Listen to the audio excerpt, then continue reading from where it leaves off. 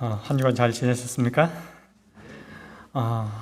정말 이번 주에는 계속 비가 오는데요. 저이 지방에는 눈이 많이 왔다고 합니다.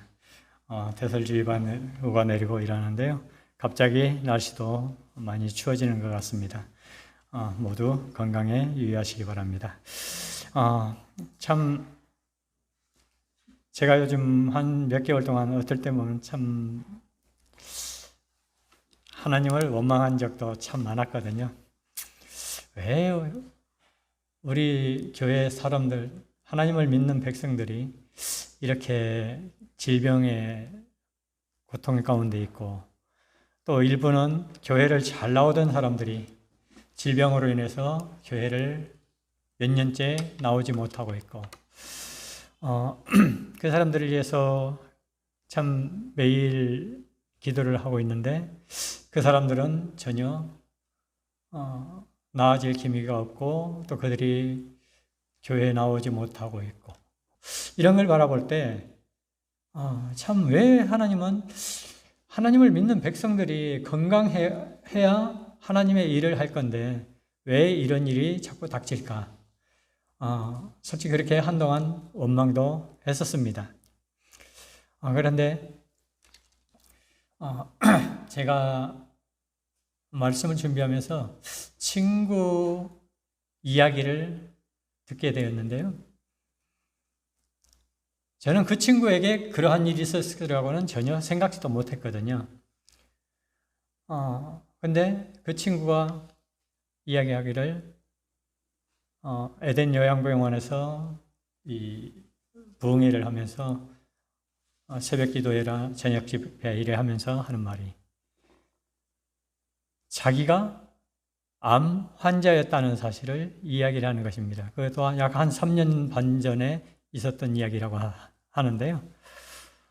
그랬을 때 그 친구가 건강하게 된 거, 그렇게 건강하게 지금도 활동하고 있고, 그래서 그런 걸 볼 때 맨발 걷기 활동이라든지 이런데 강사 목사로도 활동하고 있고, 이러한 것을 보았을 때 어떻게 보면 우리가 질병 가운데 있는 것은 결코 우연이 아니다라는 생각도 하게 되는 것입니다. 그래서 우리 집사람도 저렇게 몸이 불편한 것은 어떻게 보면 하나님께서 쓰실 용도가 있기에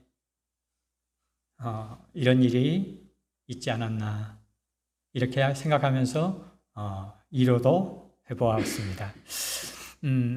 저는 오늘 예수님께서 제가 준비한 말씀은 예수님께서 죄인과 함께 잡수심이라는 제목으로 여러분들과 같이 이야기를 나누고자 합니다.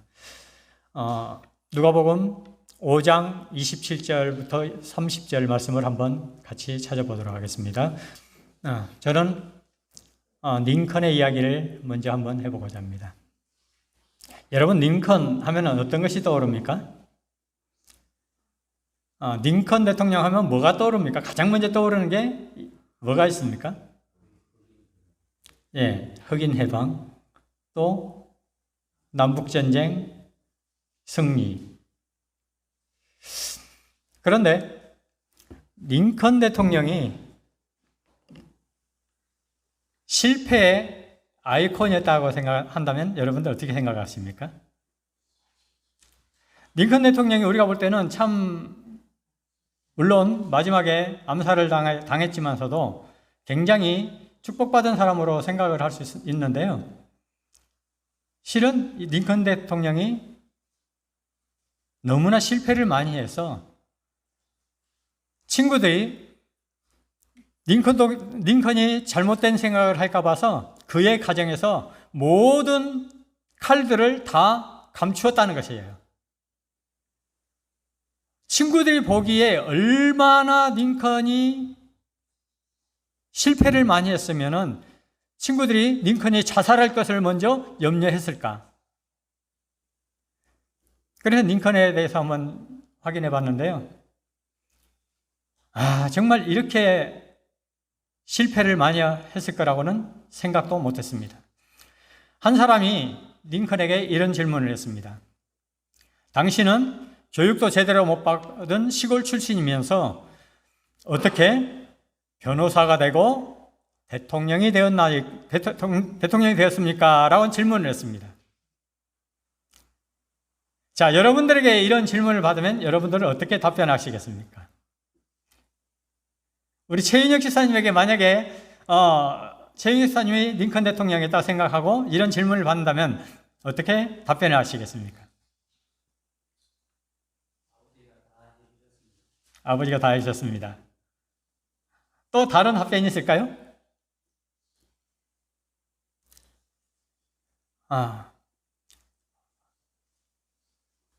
링컨은 이렇게 대답했던 것입니다.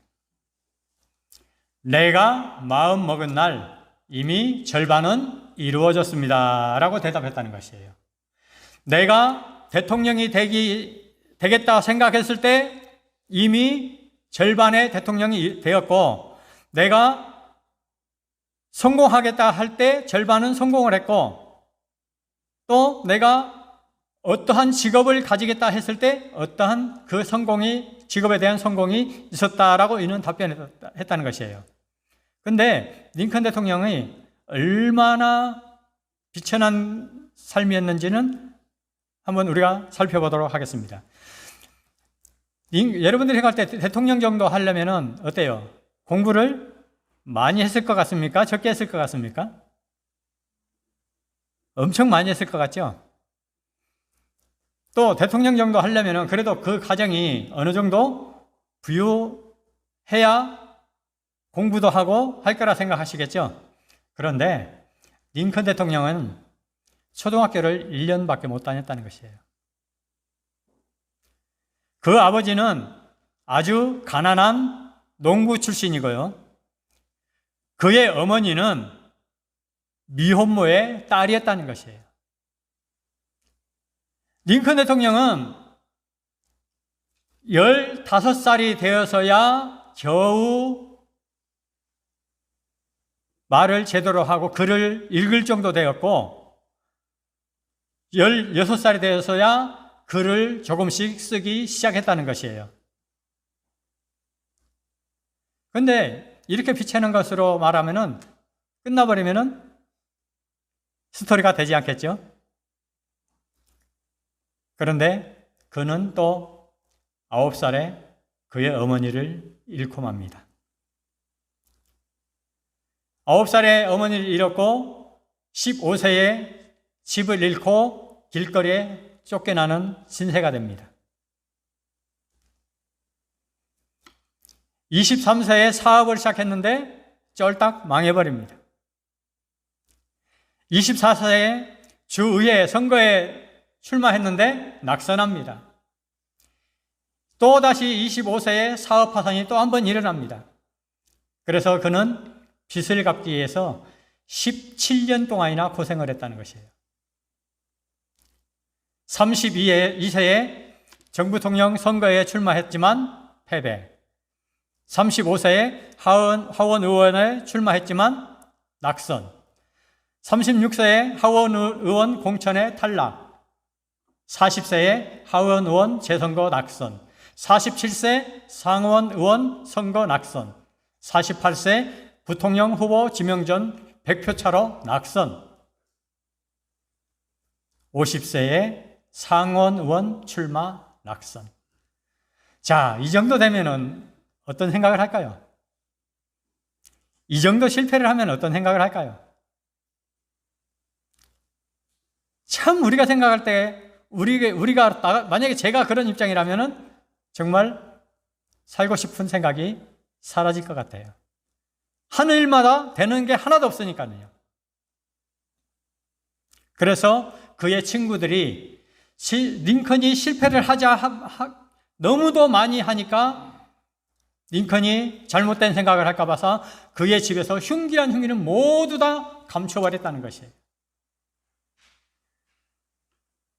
그러나 그는 끈질기게 노력해서 결국은 대통령이 되었고 또 남북을 통일하는 대통령, 흑인 노예들을 해방시키는 대통령이 되는 것입니다. 비록 그가 마지막은 비참한 최후를 맞이했지만 그래도 그가 실망하지 않고 좌절하지 않고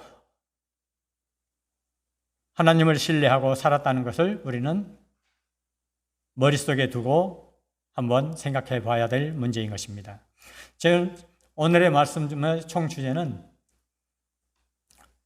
네이 마태에 대해서 이야기를 해보고자 합니다.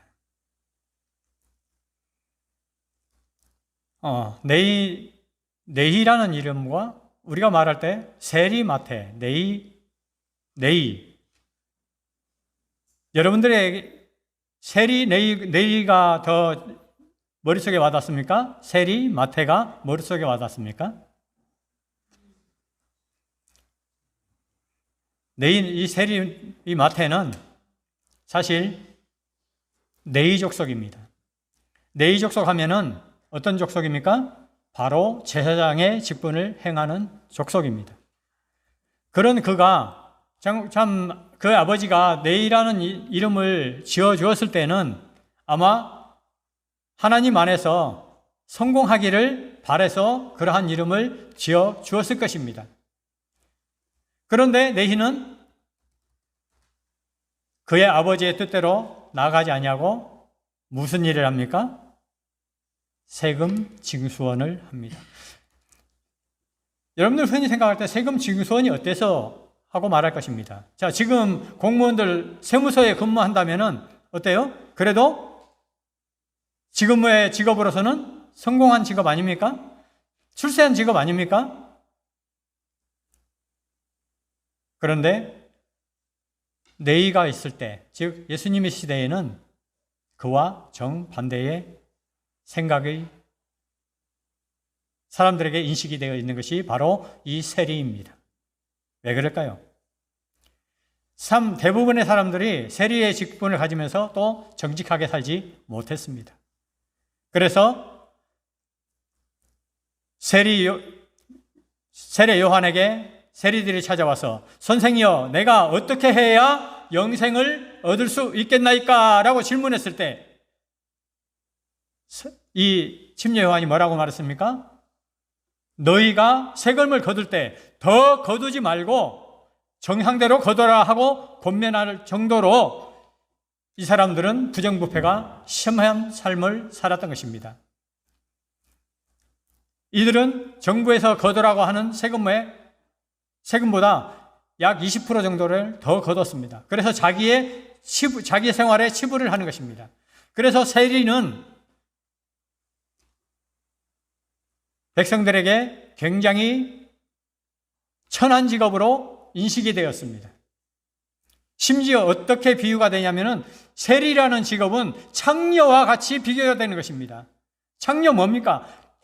죄인 중에서도 죄인 아닙니까? 바로 세리 마태를 그런 식으로 취급을 한 것입니다.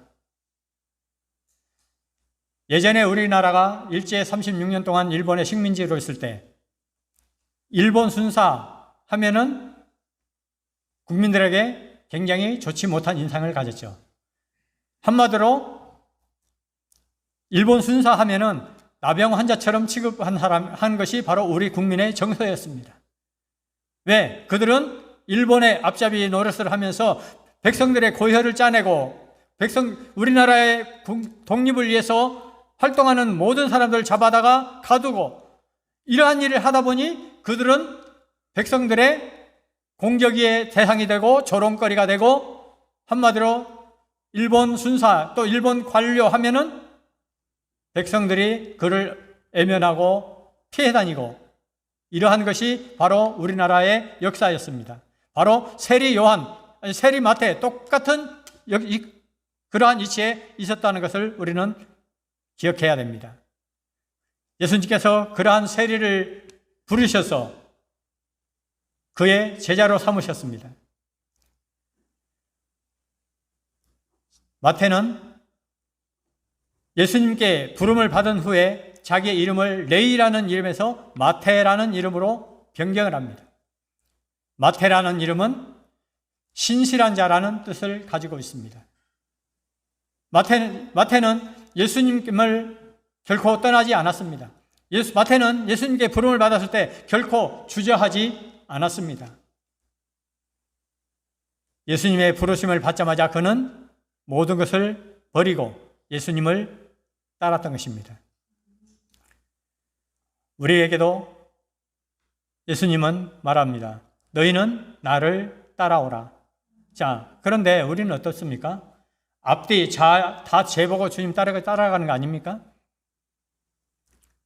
내가 이 일을 하면, 내가 교회를 가면 내가 어떠한 일을 할 수가 없어. 내가 교회를 가면 어디를 못 가. 혹시 이러한 생각을 가지고 있지는 않습니까? 근데 마태는 결코 그러한 생각을 갖지 않았다는 것입니다.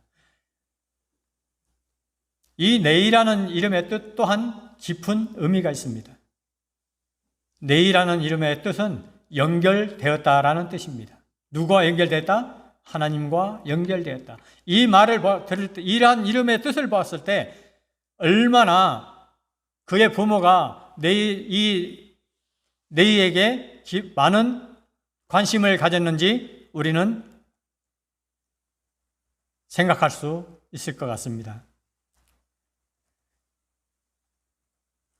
제 친구가 이런 비유를 했습니다. 제가 친구가 어떻게 보면 그것을 다른 사람을 폄하하기 위한 그런 말은 아니고 우유를 빗대어서 이런 이야기를 했는데요. 자, 부모들의 한마디로 자녀 교육 열정을 비유적으로 이야기를 한 내용이 있는데요. 그걸 한번 제가 이야기해 보겠습니다. 여러분들 아인슈타인 우유라고 아십니까? 부모들이 내 자녀가 어렸을 때, 태어났을 때 정말 아인슈타인처럼 천재가 되기 위해서 아인슈타인 우유를 먹입니다. 그런데 이 아이가 좀 더 자라면서 보니까 천재는 못 되는 것 같아요. 그러면 천재는 안 되니까 그러면 커서 서울대학교라도 가라 해서 서울 우유를 먹입니다. 그런데 좀 더 지내다 보니까 이 아이가 하는 짓거리가 서울대에는 도무지 안 될 것 같아요. 그러니까 어떤 우유를 먹입니까? 연세 우유를 먹입니다. 연세 우유를 먹이고 하는데 이 아이가 이것도 아닌 것 같아요. 아무래도 이 하는 행동이 공부도 안 하지 하는 행동을 보니까 연세대에도 못 갈 것 같아요. 그러니까 연세대만 못한 건국대라도 가라 해서 건국 우유를 먹입니다. 그런데 이게 웬일입니까? 이 아이가 하는 행동이 공부하는 노력을 하는 것이 건국대도 못 갈 것 같아요. 그러니까 서울에 있는 어떠한 대학이라도 가거라 해서 서울 우유를 먹입니다.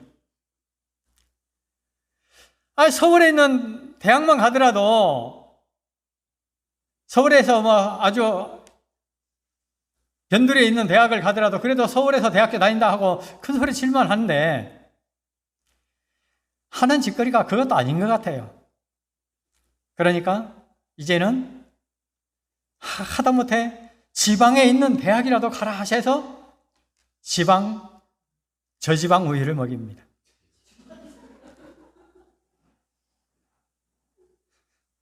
저지방 우유를 먹이는데 이것도 아닌 것 같아요. 대학도 지방에 있는 대학도 힘들 것 같아요. 그러니까 정말 어디가 됐든 좋으니까 3년제나 4년제 대학을 다니라 해서 3.4 우유를 먹입니다. 그런데 그것도 아닌 것 같아요. 3, 4년 대학교 가지도 못할 것 같아요. 그러니까 대학은 못 가도 좋으니까 매일 학교만이라도 제대로 가라 해서 매일 우유를 먹입니다. 그런데 매일 학교도 잘 안 가요. 하는 것이 정말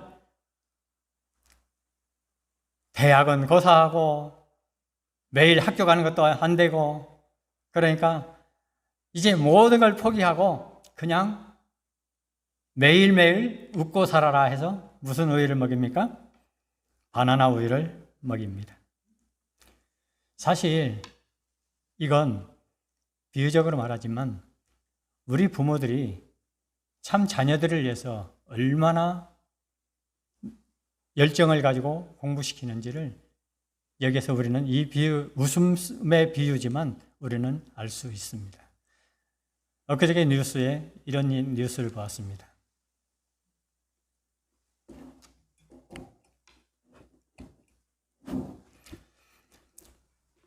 한 부모가 식당에 갔습니다. 식당에 가서 5시간 반 동안을 식사를 했다는 거예요. 근데 그 식사 시간에 아이가 떠들고 장난을 치고 소리를 빽빽 질러대는 거예요. 그래서 나이 먹은 그 식당 일하시는 분이 귀에다 대고 고함을 지르니까 아우 기가 따가워 이 소리 한마디 했는데요.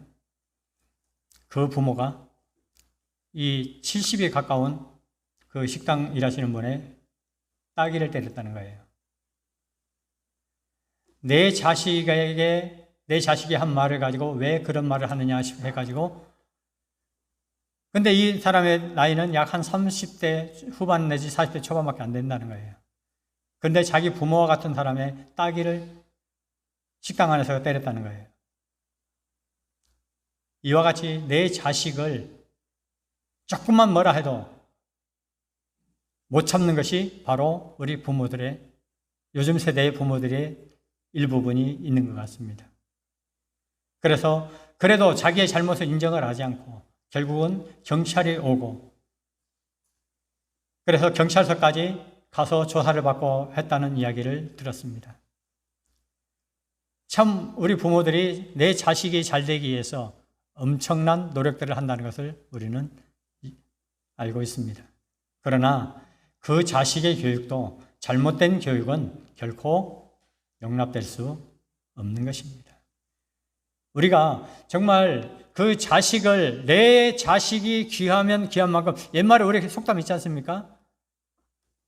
미운 자식 떡 하나 주고 귀여운 자식 뭘 하라고 그랬습니까? 예, 매 한 대 때리라고 그랬습니다. 내가 너무 오냐 하면은 내 애가 잘못해도 그게 잘못된 줄을 모릅니다. 그 아이의 잘못을 지적하고 이야기를 할 때에 그의 행동은 바로 고쳐지는 것입니다.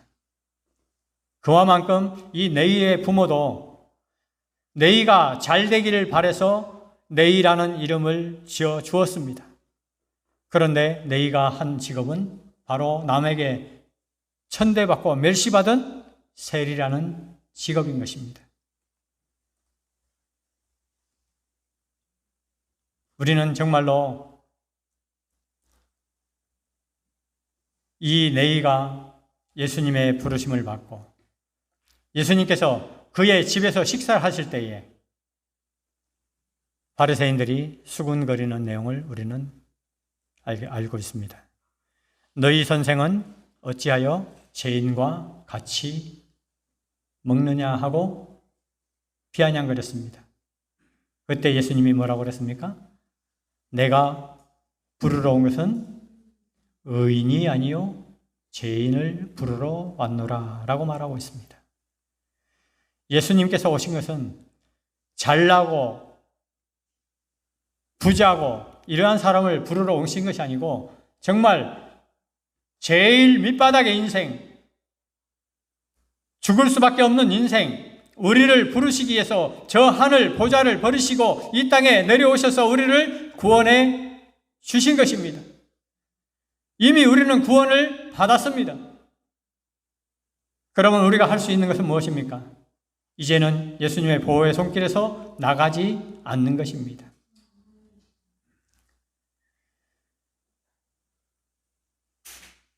여러분, 시편에 이런 말이 있죠. 사슴이 갈급함을 가지고 시냇물을 찾는 그런 시편 내용이 있습니다. 사슴이 시냇물을 갈급하게 찾는 이유는 뭘까요? 왜 사슴이 갈급하게 시냇물을 찾을까요? 안명시사님, 사슴이 왜 시냇물을 그렇게 갈급하게 찾는다고 생각하십니까? 이숙기 교수님은 어떻게 생각하십니까? 왜 사슴이 갈급하게 시냇물을 찾는다고 생각하십니까? 목이 말라서. 거기에서 다른 의미는 혹시 생각해 보지 않았습니까? 자, 이 성경절에서 사냥꾼에 쫓기는 사슴입니다. 자, 그러면은 다른 걸 뭘 생각할 수 있을까요? 자, 보수가 사냥개와 같이 쫓아옵니다. 사슴을 쫓아옵니다. 그러면은 사슴이 도망가는 속도는 사냥개보다 빠릅니다. 포수보다 빠릅니다.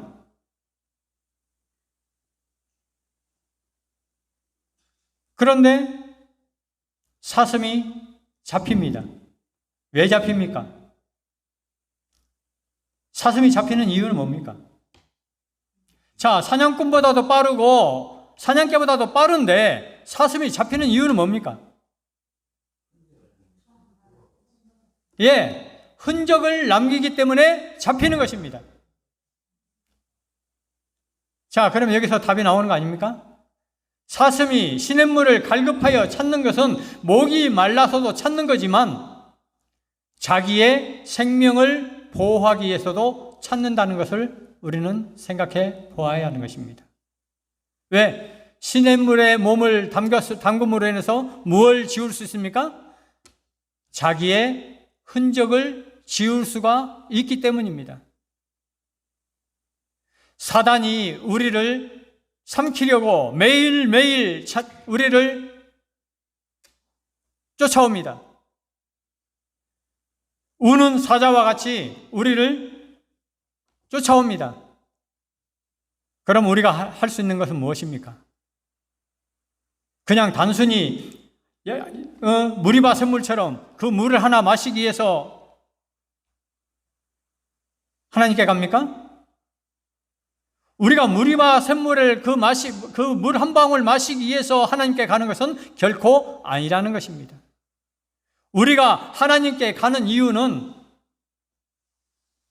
우리가 사단에게 더 이상 쫓기지 않게 하나님의 생수로 우리를 적심으로 우리의 흔적을 찾지 못하게 함으로 우리는 하나님의 보호의 손길에서 살아남을 수 있다는 것을 우리는 한번 생각해 보아야 할 이야기라고 생각합니다. 정말 우리에게 주어진 일은 하나님께서 너희는 나에게 오라 하고 외칩니다. 나의 품 안에 있어라 외칩니다. 마태가 예수님께 부름을 받았을 때에 주저하지 않고 마태가 예수님께 갔던 것처럼 하나님은 내가 너희를 부를 때 너희는 나에게 오라, 주저하지 말고 오라, 그러면 너희가 살 수 있다라고 말하고 있는 것입니다. 우리는 결코 주저할 틈이 없습니다. 머뭇할 그런 틈이 없습니다. 다니엘이 사자굴에 던짐을 받을 때에도 그는 하나님의 보호의 손길, 하나님의 부르심 안에 있었습니다. 다니엘의 세 친구가 풀무불에 던짐을 당할 때도 그들은 하나님의 보호의 손길, 하나님의 생수에 자신의 몸을 적셨습니다. 여러분과 저는 어때야 됩니까? 똑같이 하나님의 생수로 우리의 몸을 적셔하지 않겠습니까? 사단이 더 이상 우리를 추적하지 못하도록 우리의 죄악된 흔적들을 다 없애야 하지 않겠습니까? 우리의 생에 정말 실망스럽고 좌절할 때도 많습니다. 그러나 하나님께서는 말합니다. 너희가 죽지만 말고 나에게 오라. 내가 그러면 너희들을 받아주겠다 하고 말합니다. 너희가 아무리 아무리 죄악 가운데 있을지라도 나에게 죽지만 말고 돌아오라. 나의 보호의 손길을 들어오라. 그러면 내가 너희를 맞이하겠고 나의 자녀로 삼아 주겠다고 말합니다. 여러분들은 마태와 같은 사람이 되어야 되는 겁니다. 하나님이 부르실 때 주저하지 않는 마태가 되어야 되는 것입니다. 마태는 비록 사람들에게 조롱을 받고 애면을 당하는 그런 직업을 가졌지만 그가 기록한 책은 어떤 책입니까? 신약 성경에 제일 첫 번째 등장하는 책입니다. 성경을 40명밖에 수십억의 인구가 살아가고 있지만 하나님의 말씀을 기록한 사람은 40명밖에 안 됩니다. 바로 그 중에 한 사람이 누구입니까? 바로 마태인 것입니다. 예언의 신은 그렇게 분명히 말하고 있는 것입니다. 예수님께서 마태를 불렀을 때 그는 결코 주저하지 아니하고 예수님을 따랐다라고 말하고 있습니다. 여러분과 저 또한 하나님의 부르심에 결코 주저하거나 망설임 없이 세상에 어떠한 재물의 유혹이 있든지 부귀영화의 유혹이 있든지 그 모든 것을 버리고 마태처럼 주저없이 주님을 따르는 여러분과 제가 되기를 바라면서 말씀을 드리도록 하겠습니다.